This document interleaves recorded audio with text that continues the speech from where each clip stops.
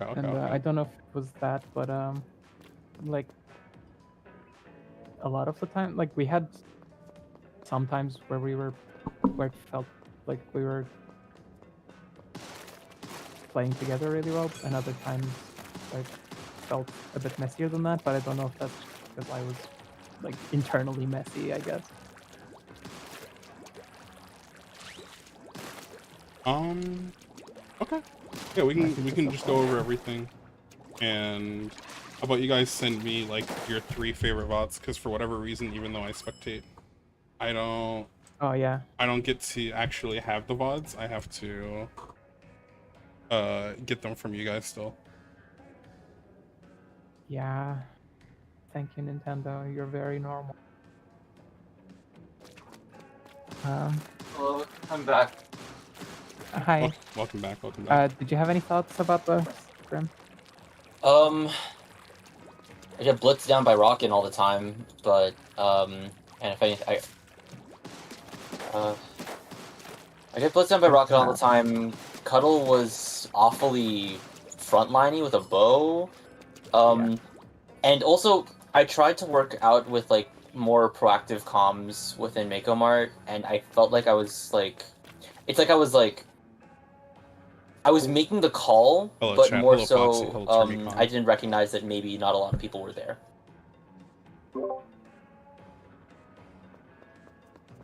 Yeah. Or to like, there wasn't really a lot of people to like act on it, I guess. So it's like just talking to a wall. That is like in no detriment to you guys. Yeah. So, if I'm understanding correctly, it's like you're trying to make proactive calls, but it's kind of difficult when like the game state can be kind of fluid or just kind of messy. Like, oh, Exactly. I'm not exactly sure what I need to be focusing on or how to get people on the same page as me, because like there's just so much happening all at once.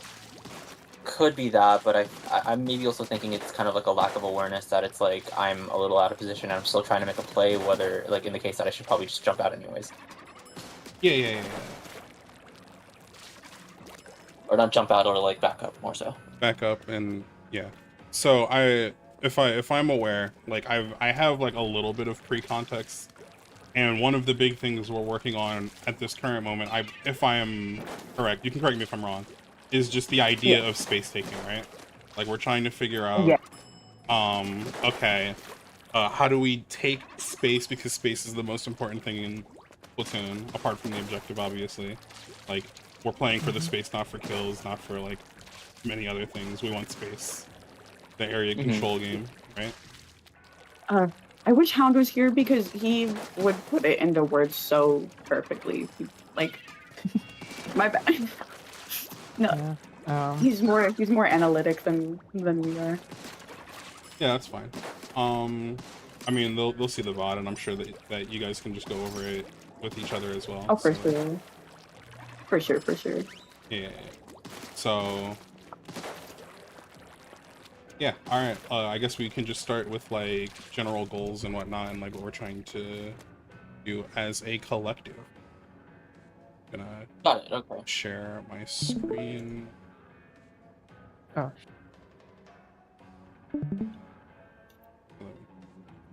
Okay, you're about fire. Making sure I have everything in order. Give me just a moment. Mm-hmm.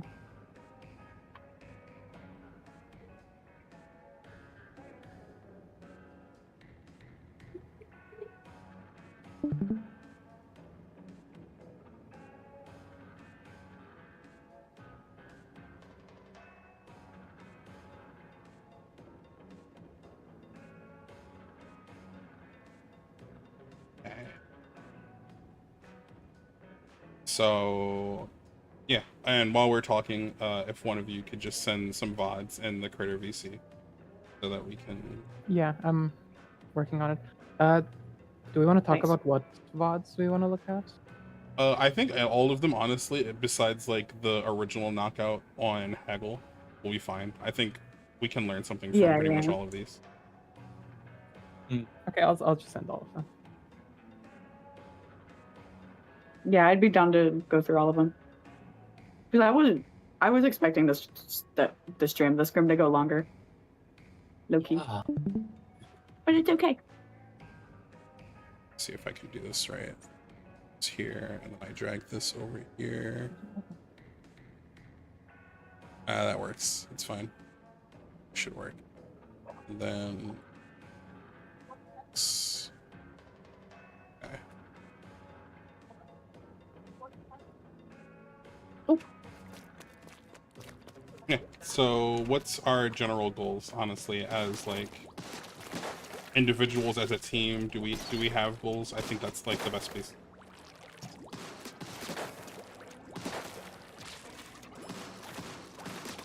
We wanted. Yeah. We wanted Go for to. We probably wanted to be placing in tournaments that would. The best way to describe it is being Div 9 banned, and then I guess like that would equate to being banned from certain low-level tournaments like World 9 and Cats Have 9 Lives, stuff like that. And then We want to improve enough to get out of Div 9. I know that's our big goal right now. exactly, yeah. The Okay. milestone goal. So we want to get out of Div 9. Yeah. Do we have, like, preferences on how we do that? Because depending on how that goes, we can make some adjustments. For example, I'm sure you don't need me to tell you this, but Undercover Umbrella isn't the exact most optimal weapon for reaching that goal. But you can still get there if we go, you know, if we just refine our skills enough. But the weapon is objectively just going to make doing something like that a little harder. Yeah. Yeah. Yeah. Like with I think Sophie- Yeah. Sorry. Go ahead. Like with Sophie, we kind of talked about, I guess, above all else, our goal as a team is to push our silly little weapons and like our weird comp that like we think works weirdly well and we have fun playing. Okay, so we like so I our guess- comp. Yes. All right, if we have think no for most problems of with the us, that's comp, our then priority. we can work in that vacuum. That's fine. Okay, so let me just. All right. So I can be a bit scatterbrained, so I'm going to write stuff both for you and for me. So there's three main things I want to talk about with you guys today. And one is going to be just viewing the game from the opponent. And just going over this for a second. What this basically means is, like, a lot of people, they kind of view Splatoon and games of this nature. They kind of go, okay, me, Sally, Jacob, and Timmy, we want to win, right?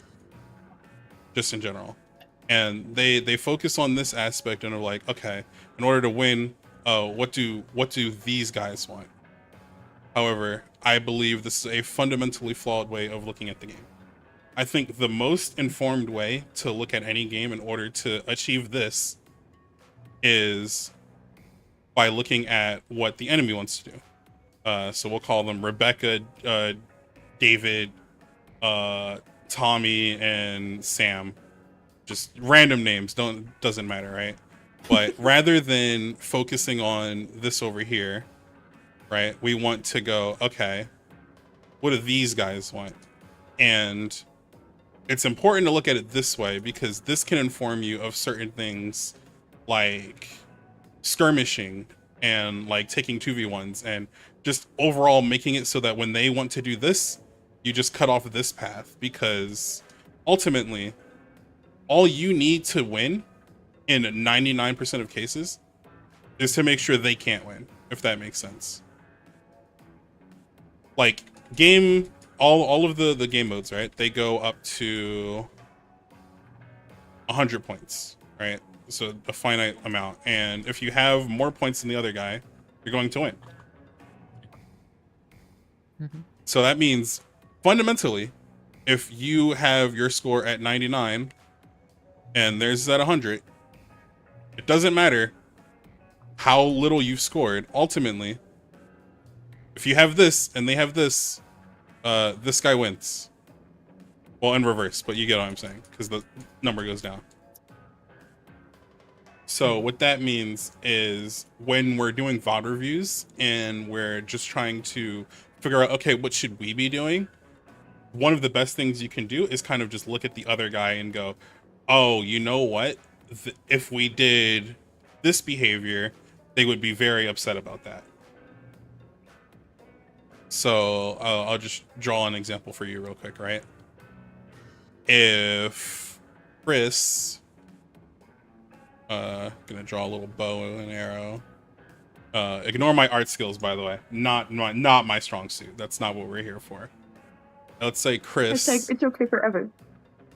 Is here, and we also have, we'll say Marbana. Is that how you say that? Mar banana? Banana.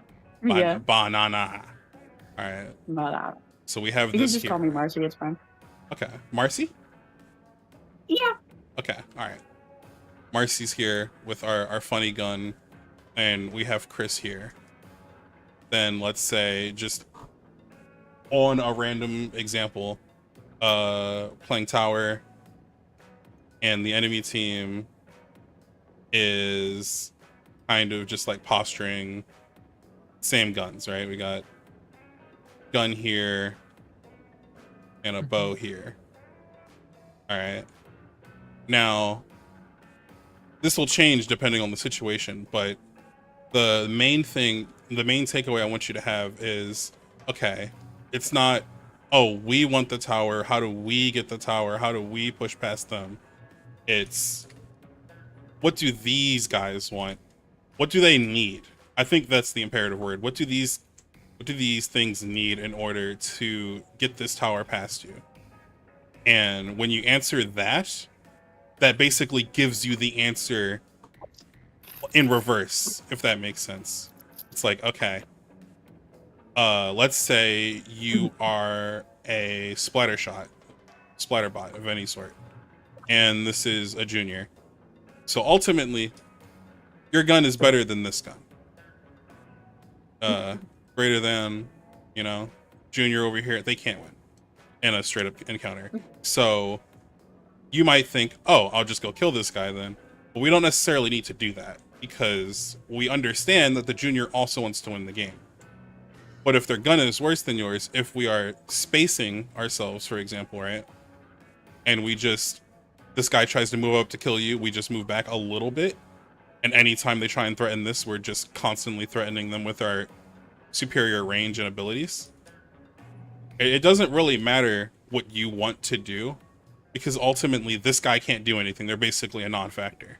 And if this is a non-factor, that makes Chris's job of this, because this is basically even, right? These two guns, they're basically even.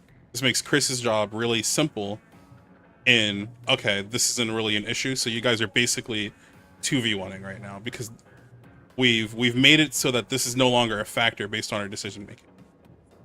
As long as you're outspacing this and you're not giving this the time to like actually get what it can get, which is just a pick on you essentially and trying to take space on you. As long as you are outranging it and respecting it, you'll be fine. So we can take this to its logical extreme in a lot of cases. For example, you guys said you like playing slowly, which I think is fine. Like kind of stally waiting for advantages. I think that kind of playstyle works to an extent, but we need to know why we're doing that, if that makes sense. So, like with your composition, I think one of the most important things to ask is, what do our weapons have that's advantageous against the enemy? And one of the biggest things that we're going to be noticing in these VODs, I think, is that the undercover, despite not being a very good weapon, I don't know how to draw an umbrella, I'm going to be so honest with you. It's my best umbrella. So despite not being the best weapon, undercover does have its niche in the fact that it can be extremely hard to kill because its shield has 200 HP. And it will force people to kind of like look at it. Now, because we know this, but we also know that the undercover doesn't do a lot of damage, we can reach a couple of conclusions. Do we think, for example, our undercover would be more powerful in a situation? We're gonna draw like a little map here, right? We're gonna like guys here, and then our team is here, right? So in general, like taking fights like this where you have two people hitting one guy, I think this is the most fundamental part of like winning fights. I think we need to figure out which one of these guys we want our undercover to be, for example. So do you think it would be more beneficial if our undercover was in the front like this, a very hard weapon to kill that's low damage but like hard to like actually break through? Or would we prefer it here on the side where it's not really necessarily threatening them, but like, you know, if it gets on them, it can become a threat slowly? I'd like to hear thoughts on that. The undercover here, by the way, I'm sorry because I don't know names very well. Actually, I know wow. Chris- No, he left. He left, yeah. That's fine. I was They'll see this. really regardless. hoping he would stay, to be honest, because it's been like I don't remember the last we time talked about it. It's Yeah. It's for a good reason. I would guess that it would be better for the undercover to be the further forward one, taking attention and like not dying. I would agree for the most part. I think in general, you want the attention-seeking weapon to be further forward and like aggressing on the team as safely as it can. There are edge cases, however, where I do think the undercover might be better on the side here. Mm-hmm. And this is in cases where the enemy is super hard committing to like watching the flank, because in general, if I understand correctly, your fighting pair in most cases is going to be your undercover and your sword. Oh, forgive me, my sword drawing is going to be worse than the other thing. It's basically a dagger, but we see, right? Yeah. These are our fighting pair. We're going to be using these two, correct? Yeah. Though, in situations that like Ashi's the undercover's here, it's me and him. yeah. Okay. So, with that being said, that means one of two things. Either our sword player needs to be really good at managing aggro, because like I find that while Splatana is quite fast, it is also quite fragile. Oh yeah, it is. So you need to be able to toe this line very carefully. And I think that is a lot easier from the side, because if you see them overcommitting, like the undercover, the benefits of having this on the side, right, is they have to commit so many resources to actually taking care of it, right?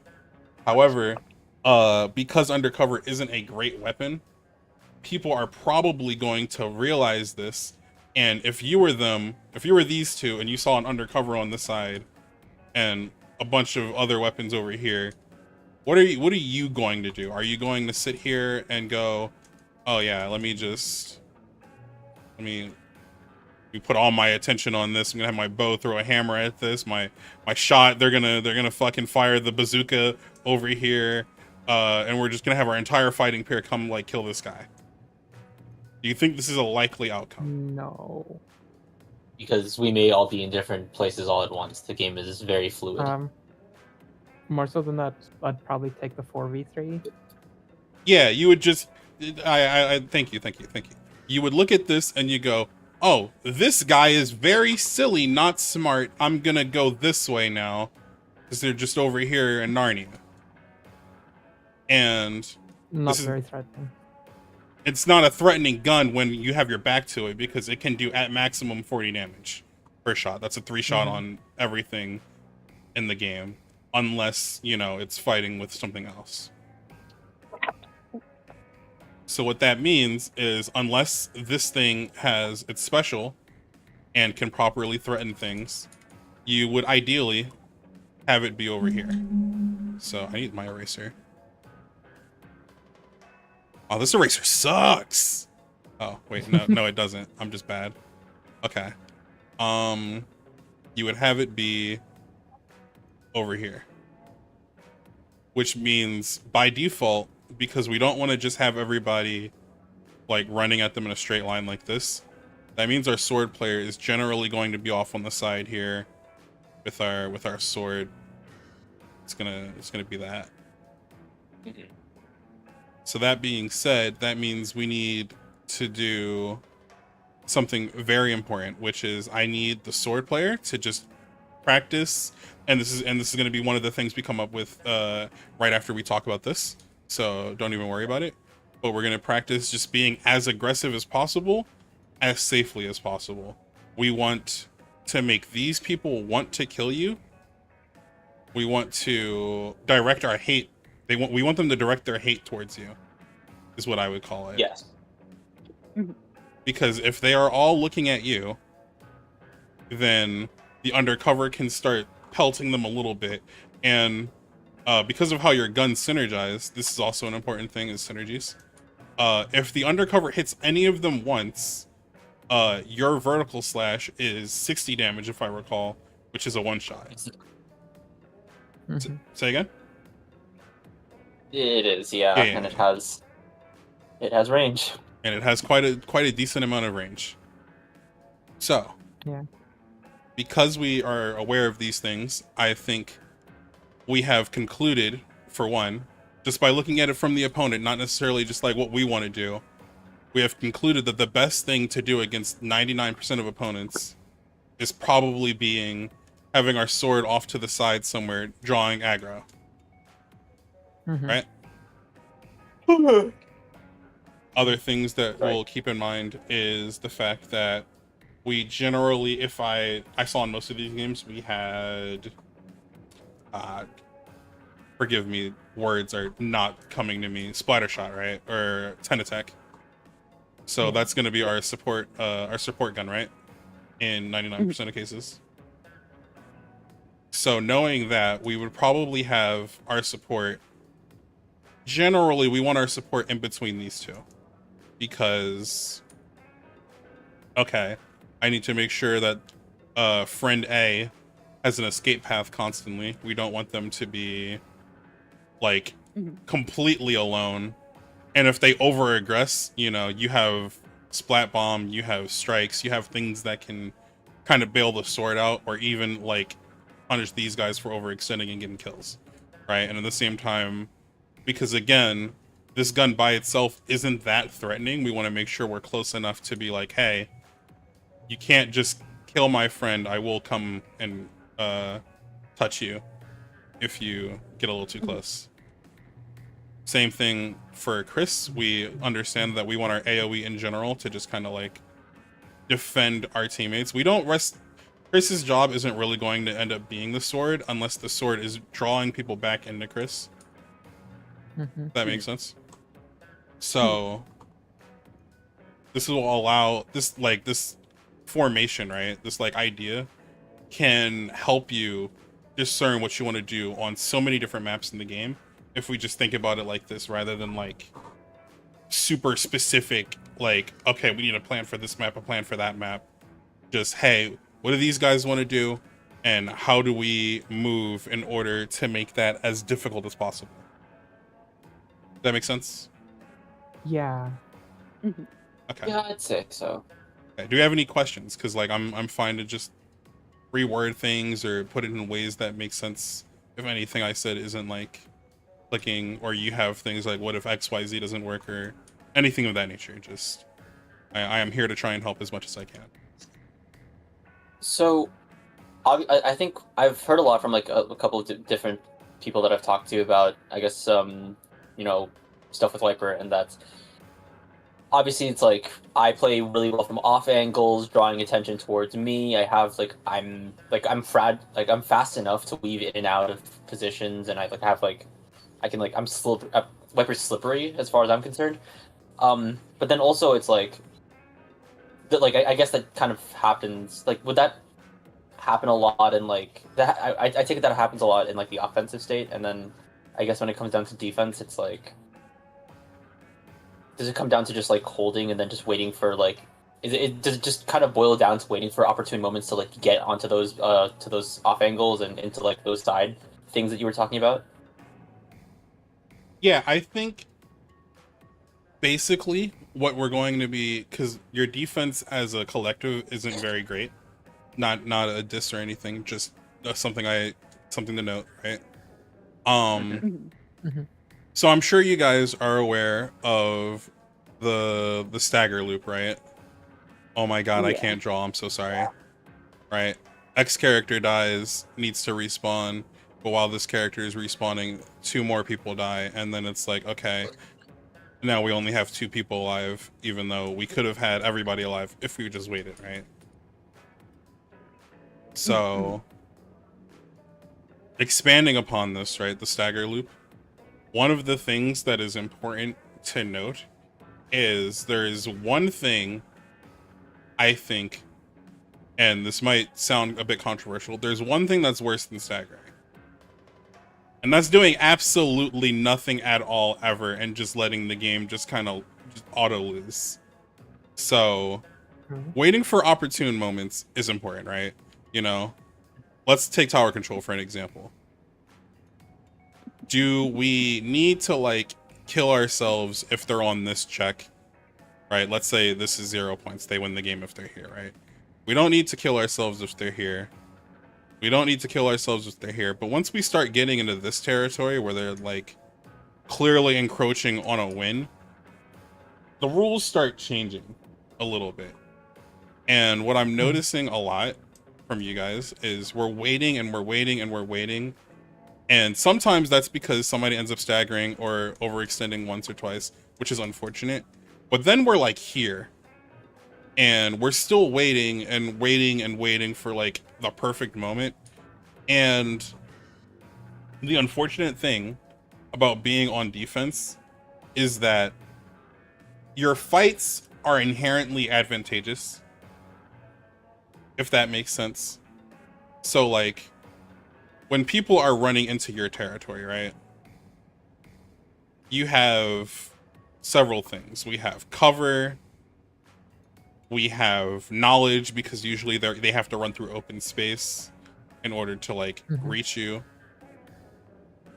And generally, when Splatoon map design is good, we also have like angle advantage and whatnot. Ignore Flounder Heights. That map sucks. I don't know whose brilliant idea it was to give the bad guy high ground. You know, I think that dev may need to be fired. I just a note, if you're playing that map specifically, I'm sorry, it might be cooked. Cause like, what are we doing? Don't want to see the map tier list that was made like a while back. And Sylvie got mad at me for saying I don't know how to play Flounder. Flounder is one of those maps where it's like it's quite difficult to play. But because you understand its flaws, you can inherently again kind of just like come up with conclusions. Like, okay, I can't fight this. This is just bad.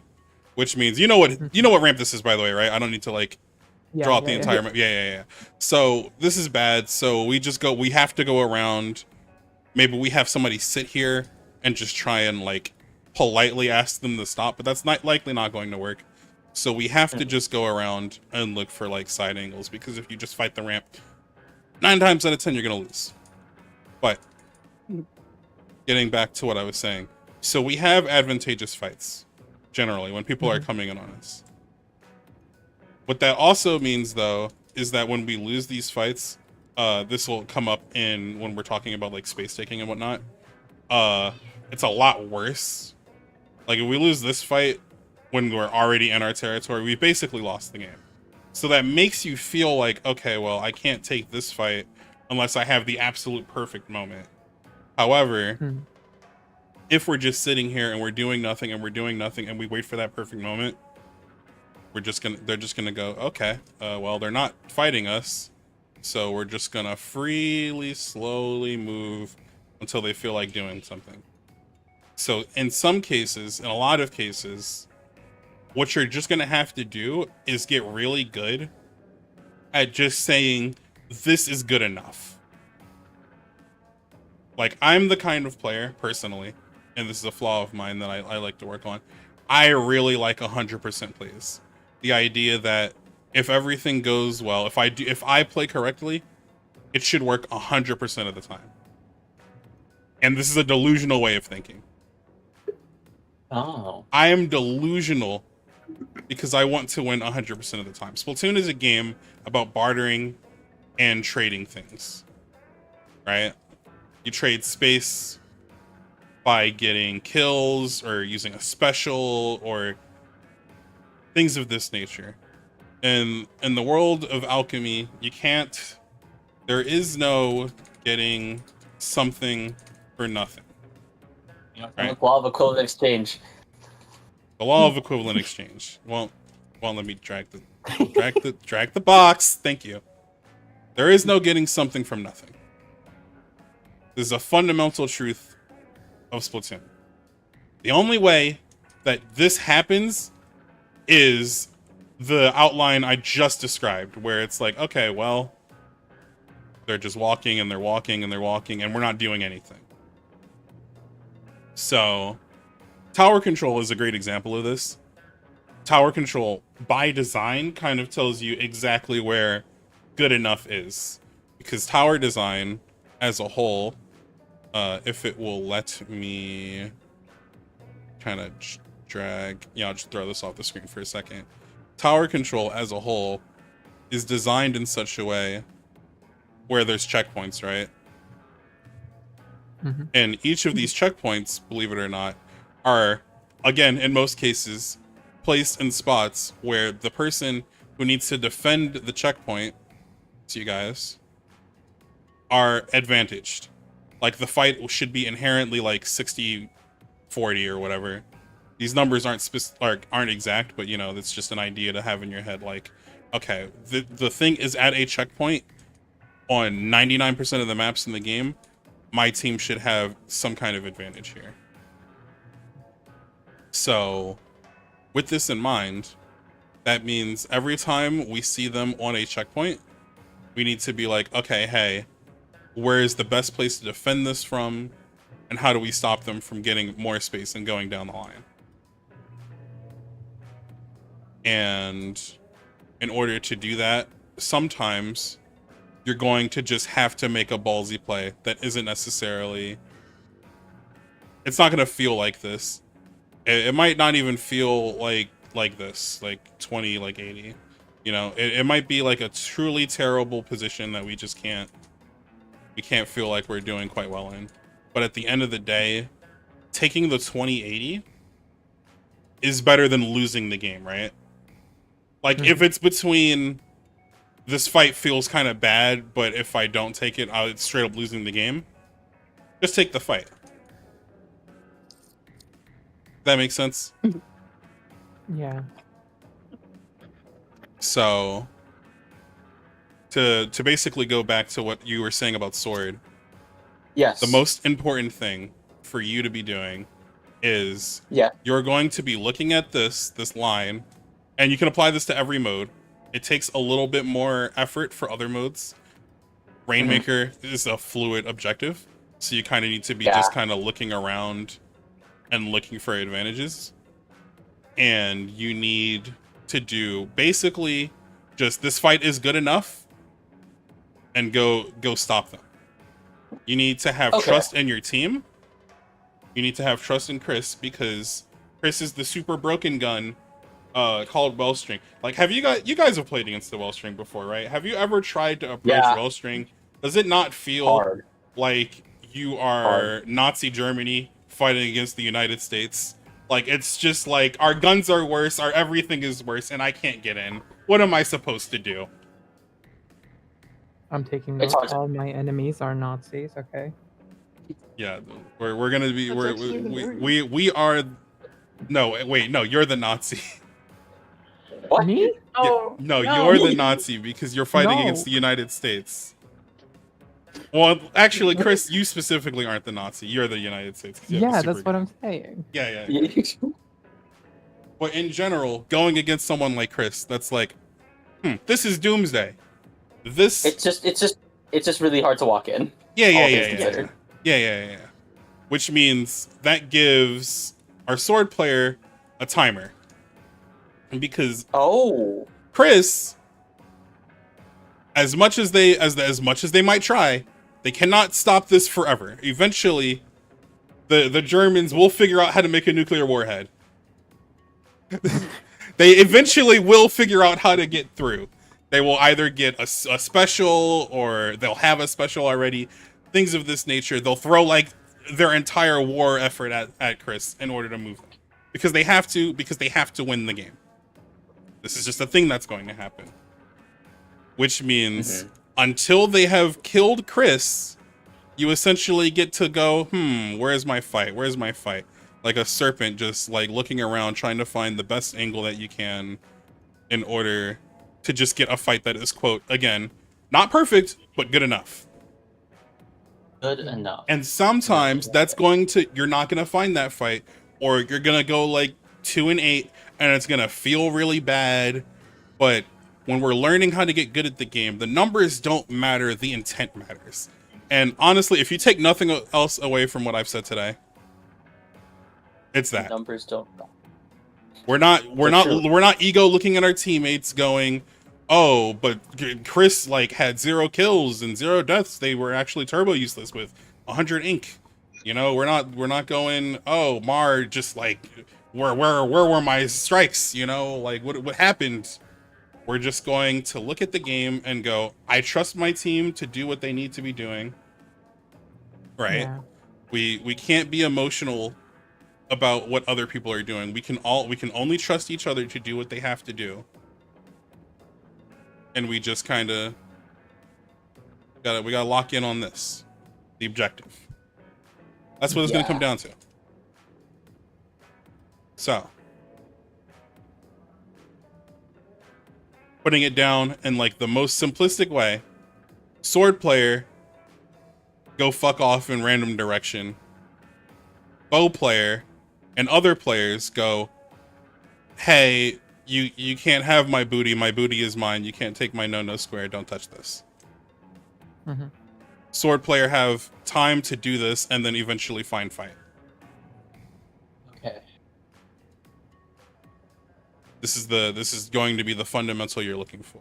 Now sometimes the enemy team will go, hey, sword player looking to stop us from doing this. And instead of doing this, they go, me go kill sword player.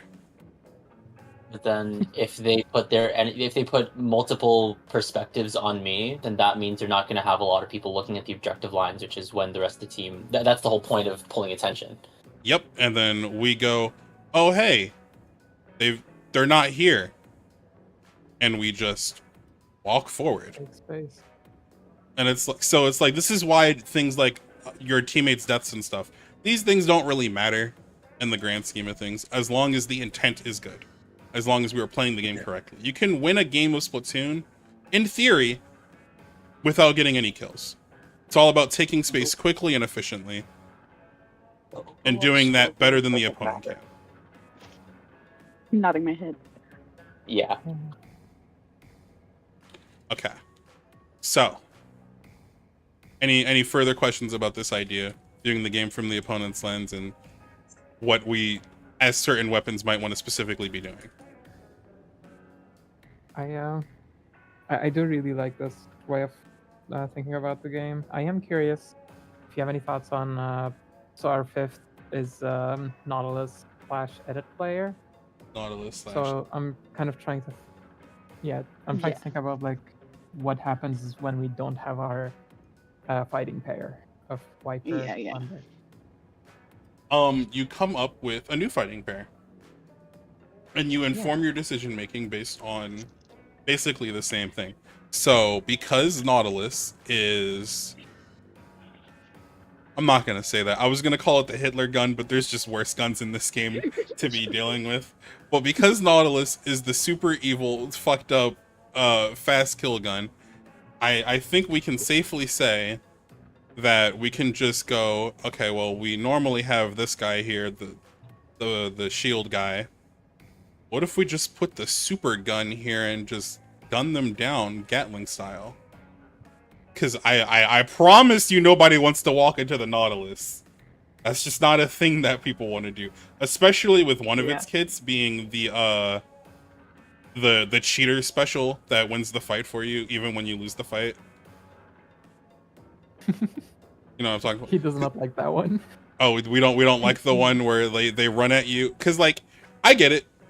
I like the utility of rain too. But I feel like people underutilize the idea that, hey, the whole point of my gun for half the guns in the game is that they need to get close to me. And if they get close to me, they should win the fight in theory. And then here comes the giant fist. And suddenly it's like, hey, what happened? I won the mini game. I got close to you. Why I lose? And then giant death AoE just kills everyone who got close to them. And it's just like, hey, what happened? I won. I did it right.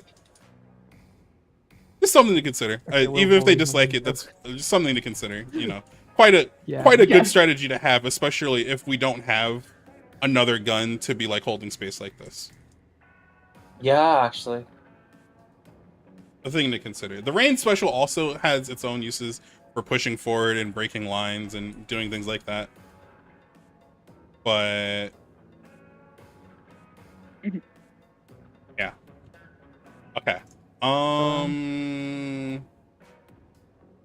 right. I have a question. Yes.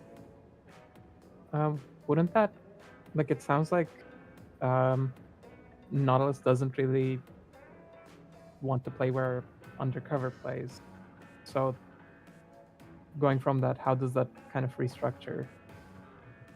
So, okay, the Nautilus can't exactly do the exact same thing as the Undercover, right? Undercover has a giant shield in front of it. It makes its own cover, like in the name, so it can kind of stand in places for free. But Splatoon is always going to be structured around cover. Put a box here, a box there. Here's a box, there's a box. Everybody has a box. Old McDonald had a box, E-I-E-I-O. Right? Yeah. So Undercover can be like here and then go, oh, they're breaking my shield, let me run away and go like this. Nautilus can, in theory, do that. It's, again, quite a mobile weapon and has a silly Gatling gun that can kind of just gun down whoever gets in its way. However, it can also kind of do something like this, where it's effectively controlling the same amount of space, but it's also hiding behind cover so that it's still stopping people from just running at you. Because this is like the fundamentals of this is you need a gun that's stopping people from running at you, that's threatening, and you need a gun that takes advantage of this fight from the side. And it doesn't have to be all the way over here from the back. Flank tactics, if you're ever familiar with like anything that's war related, flank tactics can be as simple as you have a guy here and you have a guy here, and now this guy has to go, well, who do I shoot at? Now, obviously it gets stronger depending on how much more space you have. This is a much harder like thing for him to fight than this. But this is fine. We're fine with this. So I also want to preface that, like, on a map like Hagglefish, like, we don't have to be like, okay, gun here, and then sword goes all the way this way and comes to the side. And this is quite strong sometimes, but it does take a lot of setup. And if they notice you're just missing for too long, they might just run at these guys. So we need to consider our setup time versus like execution, because you want to be able to execute as quickly as possible, which funnily enough we'll be going into shortly. But there is always going to be an amount of setup depending on how far you are willing to like go for the side angle. That makes sense. But again, structuring it back to what you were saying about specifically like this gun different from this gun. Again, just viewing it from the opponent's lens, you can come up with conclusions like, okay, what would be the most annoying place if I was playing against Nautilus? Where would I be like depressed to see it? And we just put the gun there. You know? This kind of thinking makes it really, really simple in order to like kind of come up with ideas when you're confused about something. And that's like kind of what I'm here to hopefully help with is I don't want to necessarily give you all the answers, but I want to give you ideas that if you use critical thinking, all of you on your own can kind of just go, oh, well, Occam's razor suggests that we do XYZ because the opponent wants to do ABC. Right? Mhm. Makes sense? All right. Any more questions before I go to the next thing? I'm You good? We're good? All right. Let me see. All right. Callouts. I think this is the thing that, for a lot of people, this is going to be the difference between being, say, div. I'm just gonna throw a number out there. Div 11 and like div like 6 or 7. I think if if our communication is on point, these two things are both important. And I think this is like important for just improving at the game in general and just coming up with ideas. But in terms of specifically just like, hey, we want to get out of div 9, I believe this and the next thing I talk about will be the easiest way to do so. So, you know, there's different kinds of callouts, right? We have location calls, we have special calls, we have number calls, etc., right? And these are all great. Love these. Make a little bad heart. As whatever. I can't draw hearts, but we enjoy those, right? However, there is a more broken, more overpowered, more imperative call. And we will call these action calls. Action calls, as the name implies, are calls that involve an action. This is the difference between saying 52 right and I'm going right to fight 52. Okay. One tells you the 52's location, and the other is telling you, hey, I am going to aggress on this player, and this is a thing that is happening. Do what you want with this information. And I think this is really important because when you have a fighting pair, the biggest disconnect between lower level players and mid-level players, high level players, this is the thing that I think improves the most between those gaps. A low level player's like fighting pair, just generally being honest, isn't actually a fighting pair. It's just two people running around kind of just, oh, I think I'll eat it now. I think I'll eat it now. Like just there's just fights and they go, oh, I'm gonna go fight it. I'm gonna do it now. And they aren't really considering, why am I fighting this alone when I have, and this is the entire point of playing Splatoon with other people in comms and like being like having fun. And when I can just go, hey Mar, can you just like shoot this guy in the back? Hey Chris, that's a nice hammer you're holding there. Can you like chuck it at this angle over here and like cut off their escape route? Like, and I know, you know, it sounds silly, right? It sounds comedic, but it's like, this is the thing that people aren't actually doing. Like, they're playing the game with each other. They're all smiles and happy, but like, are we playing the game with each other? Or are we just kind of all playing our own games and feeding each other information? Because there is a distinct difference. You know what I mean?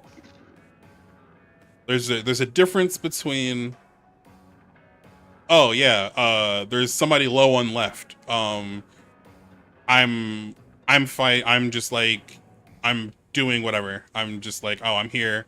I'm standing in mid. I'm standing on switchback, etc., etc. There's a difference between that and saying, ignore the guy on left, push right. I'm going to have my special at X game timer, be ready to push up at Y game timer. Right? Things of this nature, I think, are significantly more important. Mm-hmm. Like, it's as simple as going, hey, I want to fight on right in 10 seconds. And then saying, go now, go now, go now. And then suddenly, your entire team is just going to jump this guy. Like, and I think once you get good at this, you'll realize just how powerful this is. Because imagine you're at your level, right? You're just minding your own business. I'm playing Inkblot. Oh, look at this, all this free space over here, and there's a tree, and like it's great. I'm gonna go paint all this free space and get my special. And then suddenly the Warner Brothers are here to like fight you. It's like, hey, why are they both here? What happened? Why am I dying? And it's like they're just here on point fighting you, and it's like, what am I supposed to do? I am being 2v1. This is unfair. I'm upset. And then, you know, that's the operative word. This is unfair. So do it to them. Why are we giving our opponents fair fights by not communicating, by just doing our own thing, when we can just simply, hey, I'm gonna fight this. Hey, come fight this with me. Hey, I'm gonna have strikes at 30 seconds. And I'm going to use one on the tower, one behind the tower. You don't have to be super precise. Just be like, hey, I'm going to use strikes in like 10 seconds. Be ready to move up. Because it's one thing to say something like, right as you have it. Yeah. Right? If we're here and we're here, if you're up here and you're like, hey, I'm going to throw my strikes, and then you throw your strikes here, here, and here. It's like, that's great. We have made space, except... gasp! Styx here is too far away to actually take advantage of this. So you've used the strikes, they've done their job, but you're not actually getting the value because your team wasn't in position to take care of it.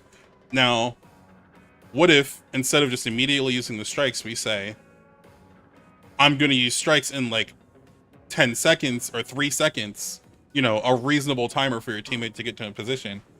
Hey, come be ready to like do this.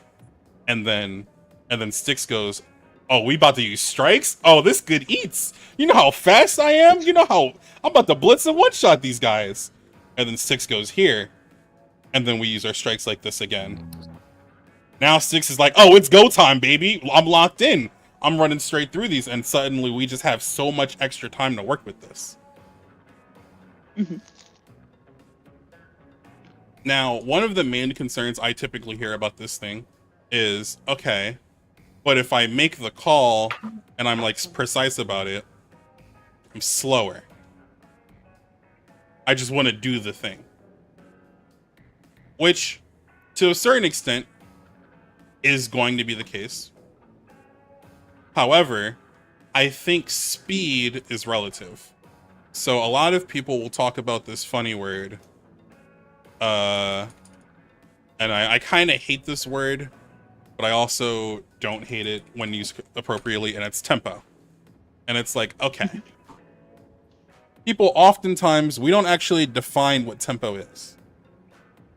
And when we're talking about tempo, I think what we're actually talking about is ebb and flow. Are we familiar with ebb and flow? Yeah, the Off the Hook song. No, but like in terms of like the tides, right? Yeah. The tides. Yeah. In general, that means we're gonna have somebody that has an advantage. And when the tide is coming in, no advantage. When the tide is going out, yes advantage. We push the tide, right? And this goes both ways. But what this means is that when ebb and flow isn't in your favor, when you're at a disadvantage or you're just in neutral, the speed matters less because you have tempo on the opponent, because they have to account for the inherent disadvantage of the tide. So let's define a tide, for example. Specials. If player X just died and they have a 200 point special, let's say it's just been straight halved. Now they're at 100. Player Y has not died and they've been painting for their special. It's also a 200 special and they're at 150. Unless player Y has the worst painting gun in the game, player Y will get their special first. Which means you'll have a timer where this guy is just inherently going to be disadvantageous against you because specials are giga super ultra broken. It's like the whole point. They're meant to be free space takers, free kills, free just like, hey, I'm going to use this and get this in return. So ultimately, there's a lot of things where this is the case. For example, a kill. Squid A, B, and C are alive, but Squid D is dead.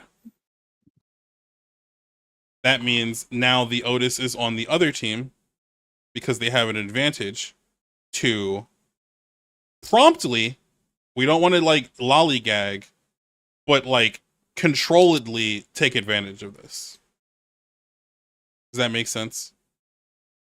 Because you already have an advantage inherently with what you have, like you have a special advantage, a numbers advantage, a space advantage. You can trade the speed for precision. Mm-hmm. Can't spell and I can't draw. I'm so sorry. Close enough. It's fine. So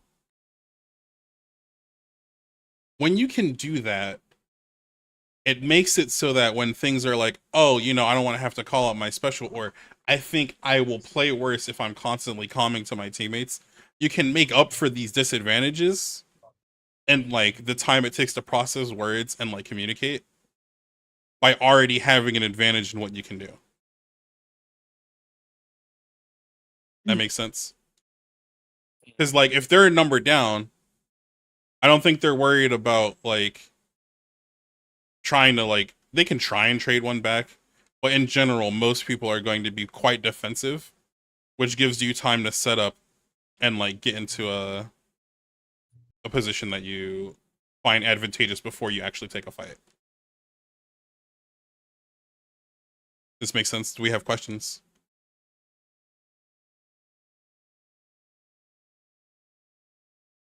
I'm good. I think I'm getting it. Yeah, I think so. Okay. All right.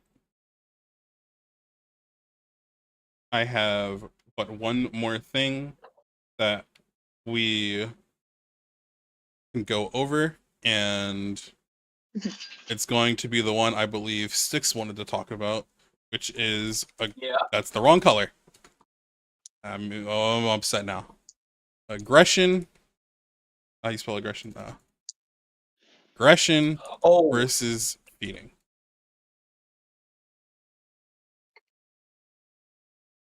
Okay. So in general, again, like we've discussed, Splatoon is a game of taking space and just overall, like, there's a square and you want more control of the square than the other guy. Just at its most fundamental level, if we have more control of the square, we are probably winning the game. With that being said, we can kind of come to a couple of conclusions because of that. When we are making decisions, we can kind of make them under the lens of what are the consequences of what I'm doing? So, in a most basic format, this is Team A, this is Team B. When Team A takes a fight on their side of the map, let's just discuss what happens, right? If Team A wins, okay, I now have to kind of just slowly. I can go as fast as I want, but there is an inherent speed at which I can move forward, and I can't really move the line that far, right? Because I am still on my side of the map. If Team A loses a fight on their side of the map, that means Team B can just kind of go, oh, well, I'm already here, so I can just take so much more space. So, with this in mind, we understand that in a vacuum, it is really bad to just be throwing our lives away on our side of the map. This would be quite bad. Taking random bad fights or just random like even fights, like 50-50 trades or for whatever reason, on this side of the map for no reason. Like if the game's in a neutral state, we're not really worried about anything. Just this is fundamentally worse for you because the gains are small and the detriment is large. Mhm. Now, if we are both like kind of on our own side, and let's say I aggress and I go fight this guy and I kill this guy, okay, well now I get to move this line and take lots of space. If I aggress but I die, well, this line still won't move as much as it did before because I died up here, which means they have to still go through all of this and then start going forward. So what this kind of tells us is that if you're going to die, just as a fundamental, unless your name is Chris, it is probably better to be dying on this side of the line than on this side of the line. I remember hearing that in a video that I watched recently. That's good. But yeah. Yeah. It's like if you're dying on enemy turf, then at least they spent all that time trying to get out of their own space, and so the inverse is true for getting kills on our end. Mm-hmm. So how do we tie this back to this aggression versus feeding? I think feeding is, it's important to define what feeding is. And what is feeding to you? Like actually, I'd like to hear it from you. For me, it's like it's going in without plan or intent, and kind of causing the rest of the tempo or like the rest of our flow to kind of be interrupted because like now we're one member down, and then next we can't take as much space as we usually can with 4 people or 3 people or. Mm-hmm. Yeah. Okay. I agree for the most part. I think feeding is basically dying without reason, putting it in like the most simplistic of terms. And dying without reason can mean a couple of things. It can mean making, and this is a thing that happens, I struggle with this a lot, making a decision we know is bad and doing it anyway. Have you ever done that? It's like, I know if I go this way, this guy will kill me 10 out of 10 times. There's no reason for me to do it. But you feel kind of antsy, and you want something to happen, so you kind of just force the issue.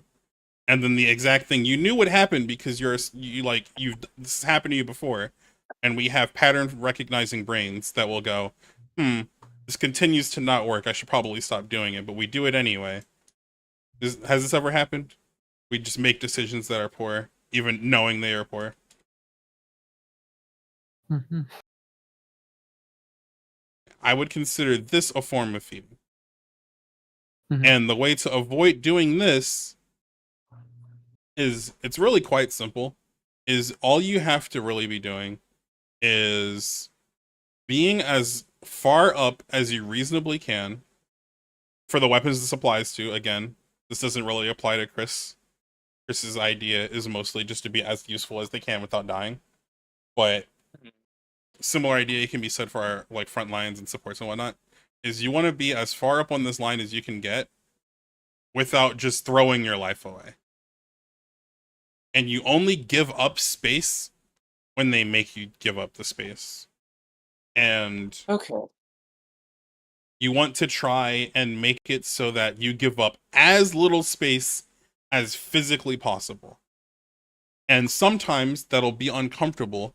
And I genuinely think you will probably play a little worse when you practice this. But I promise if you put in the work and you genuinely try and do it this way, you will get the gains you want after it looks a little worse. Like, and I do mean you have to give up as little space as possible.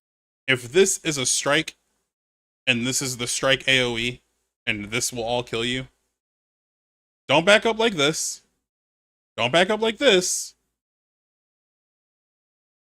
And I'm done. I'm just going to stay right here, right at the edge. We are constantly trying to edge just how much space we are giving up. If there's a bomb AoE, we need to be like, I think the AoE is like this big, and I will stand right at the edge of that. We don't want to just like move a little. Safety can feel good, right? It's like, oh, I don't want to look like the idiot who died to a splat bomb in the first 30 seconds. You know, that feels bad, but it doesn't help you learn. You have to be able to say, all right, they're going to be throwing death AoEs at me left and right, but I need to make sure that whatever they throw at me, I am only giving up what I have to. In war, we have like the line of defense, or our line of scrimmage of sorts. And when you are going back on this line, you should only ever go back as much as you need to. Because if we go back like this, when they only threw enough force to make us go like this, well, now they get to go all the way up here, and they still have more force in like the tank, so they can, you know, and they now get to use extra force to push you even further back. But if you force them to use adequate force every single time, and they go like this, and then so we move like this, and then we go like this, so we move like this, and we constantly move back on this line as little as we need to, this is probably the strongest thing you can be doing in terms of aggression versus feeding. And sometimes you'll die, and that's okay. I think it's okay to die when learning this, and I think it's okay to die in general when learning. I think you're going to look at these things, and you're going to do this, and this is going to happen, and you're going to try and do this, and it's not going to work at first, and that's okay. Because, like we said, our ultimate goal is getting out of, or not our ultimate goal, but our current goal is getting out of Div 9. And sometimes, one of my favorite quotes of all time, sometimes you gotta turn right to go left.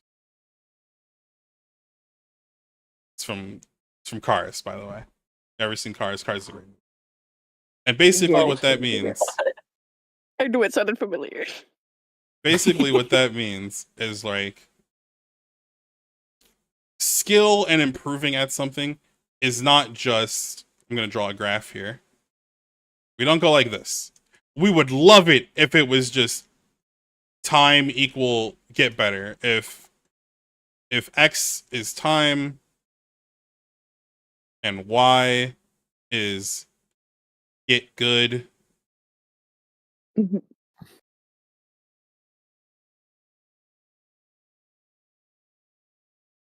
We would love if it was this. It's not this, though. A lot of the time, it's going to be something like this. You know, you spend time, and then if we're if we get afraid at failure, then this will happen, and this will just continue happening. So we need to have this happen. We need to get a little better, and then we try something new, and we fuck it up, and we go down. But then we keep trying, and suddenly, oh hey, it's gotten better. And we're just gonna have this keep happening over and over and over again. Yeah. Another way of visualizing this is blockades. You know, there's gonna be turning points in a lot of players' careers where it's like, okay, I can get better at playing the game and go like this, but this will take longer, right? There's like mini blockades, but you can get past these, right? Or I could go play fucking, what's the gun called? The Buy Slosher, and I can spam Reef Slider and get wins that way. And, you know, the number will go up. You'll feel better about yourself. The Buy Sloshers. It's not like it deserves its real name, so. That's the first time I've ever seen someone refer to it as that. That's crazy. Yeah, there's the Slosher, the Buy Slosher, and the Try Slosher. Oh my god. Yeah. So, yes, I can go, oh, look at me go. I got my Reef Slider. I got X power like fucking 2K off of using Reef over and over again. But did you really get better at the game, or did you just kind of like start cheesing? And it's like, oh, maybe this guy at the end of all of this, maybe this guy's like 1800 X power. Again, just throwing numbers out there, not necessarily. But who would you rather be? Do you want like the bigger number, but the number is meaningless, or do you just want to improve? These are the things we have to consider. Yeah. And this will continue happening. There's going to be times where it's like, oh, well, if I continue on the path I'm going, you know, it'll be hard. There will be roadblocks, but I can continue going forward. Or I can, like, I don't know, become a pen player and just spam cooler and do nothing. You know, and it's like this guy will have bigger number, and Splatoon players, they're quite attracted to numbers. I've come to find. Trust me, trying getting on a team in the year 2026 and not have a big number, people will be quite mean about it. Yeah.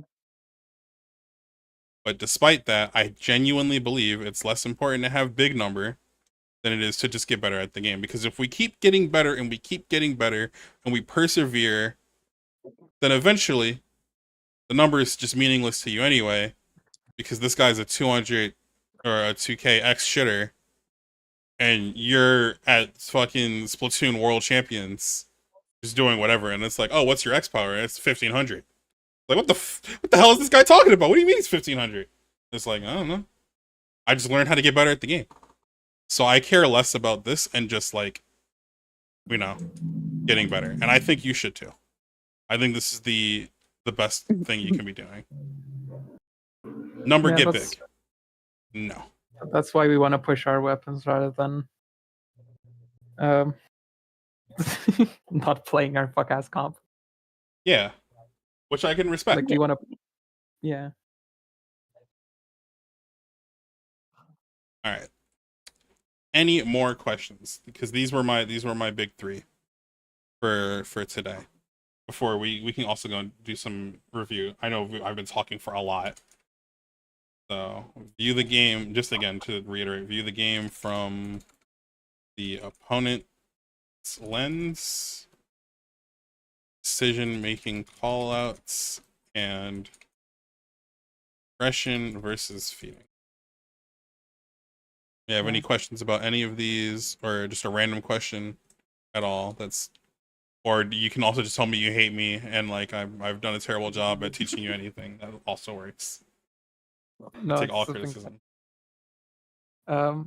I do feel like that last point about like kind of going as further up as you can does also apply to like me and backlines in general. It's like I pictured in a different way where like I want my shots to be as forward as possible while my body. That was actually Hound's idea, and it has worked well for me. So like I try to like take as much space as possible with my shots. Yeah. Yeah, in general, the number one rule of backline, this is like the backline king, is you want to be as useful as possible without dying. You will probably be hearing that for your entire Splatoon career. If you are being useful and you are not currently dead, win. Yeah, I really felt that at the Scorch game today. Like there was a whole like a solid minute where I was just holding their elbow and like they could not push past me despite me being the last one at some point, and like like we were dying, but I was just holding there and not dying. Yeah. It was good. I saw it. I did see that. And when they actually ended up aggressing on you, you moved back as little as you needed to and continued fighting them. Yeah, I was moving like very like fragment or like as small as like as step by step as I can. Yeah. And like with my weapon putting down walls of arrows, it's very easy to like slow down their progress. Mm-hmm. Yeah. Very good. All right. Any questions? Also, hi, Hound. You can also ask questions. I have to probably head out because I gotta eat dinner soon. Sure. But Chris, assuming you're still Yeah. recording, then I'll probably look back at the Yeah. recording. I mean, okay, but it's thanks for like all the advice like regarding like the fine line between like aggression, like going in and off angles and whatnot with Viper. Yeah, no problem. Okay. GG's. All right. Yeah. Now, I also know we've been here for a while, so if you want to just like look at the actual games another time, we can. But if you want to keep going, we can also look at the games. I'm good to keep going. Yeah, I mean, I'm cool I've with been it. here a while, so I might dip. I'm Yeah. joking. I would love to continue. These questions are definitely things we need to go over. Okay. Yes. I am just gonna use the wash real quick, but I can still hear you. All right. I sure hope it washes. Give me a second while I pull stuff up. Take a quick drink.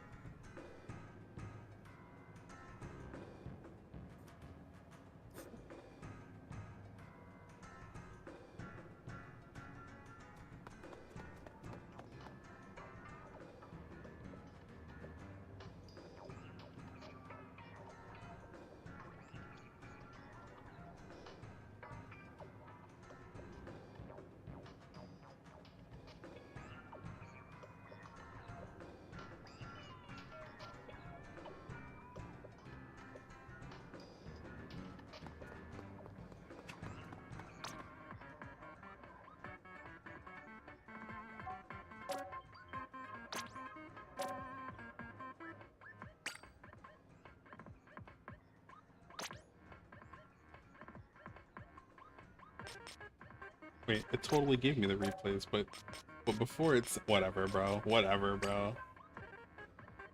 I'll take it. I'll take it.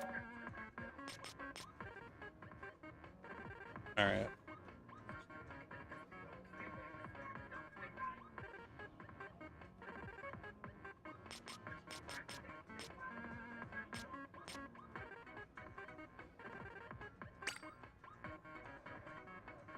Do we have a preference? I think I'll only go over like 3 of these. Or maybe 2, honestly, because one of these wasn't like crazy. I think it was this one. Yeah. I think probably whichever are fine. Okay. I think in that The case. first one was kind of a mess, I think, but like we weren't warmed up at all, so I think we can do that. Okay, you want to skip this one? Then we can do. I think we'll do the Scorch game, and we can do this Mako game. That's fine with you Yeah, guys. that sounds good. All right. Yeah.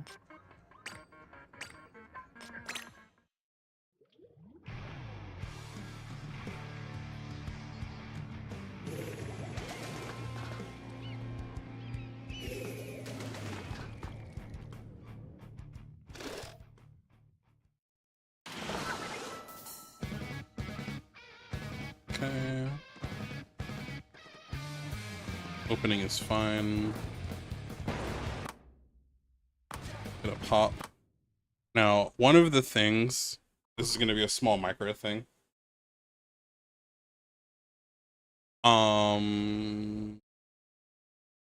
Knowing your names versus knowing what you're doing is a little hard. Marcy. Yeah. Me. Yes. Okay. So No process frost. one thing I'm going to say is the way you kind of move. To me, it feels like it lacks intent. Kind of move up a little bit here, and then we move back, and then we move up, and it's like I don't think we have to. I don't think we have a plan, really. Right? You move quite sporadically here. If we can let this play, we move up a little. We kind of throw a bomb, and we're just kind of chilling.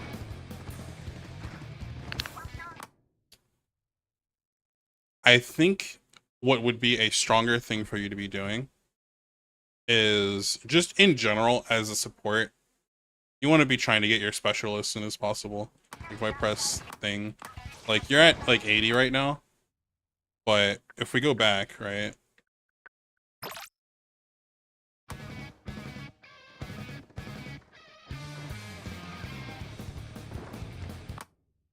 So we get pop, and that's great. And now we're just kind of moving around. Like we have all of this to paint.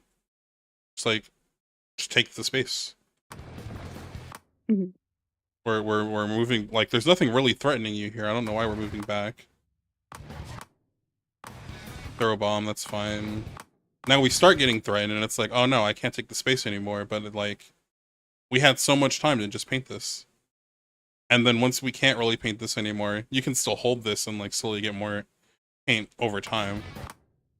Or we can like move over here, and we have so much space to paint. By the way, this guy is interesting, but that's besides the point. We have options.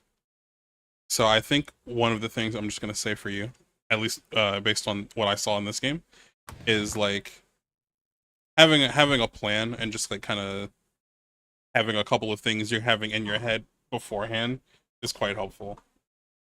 Like kind of a flowchart of sorts. Like, okay, if we get pop, I'll move up with the popped ink and then like paint this. If we don't, I'll kind of fall back a little and paint over the pop, or I'll go over here and support my sword, etc., etc. Yeah. Another thing to note, just remember when we talked about our informed like positioning? about what we need to be doing as players, like as individuals, to help our team.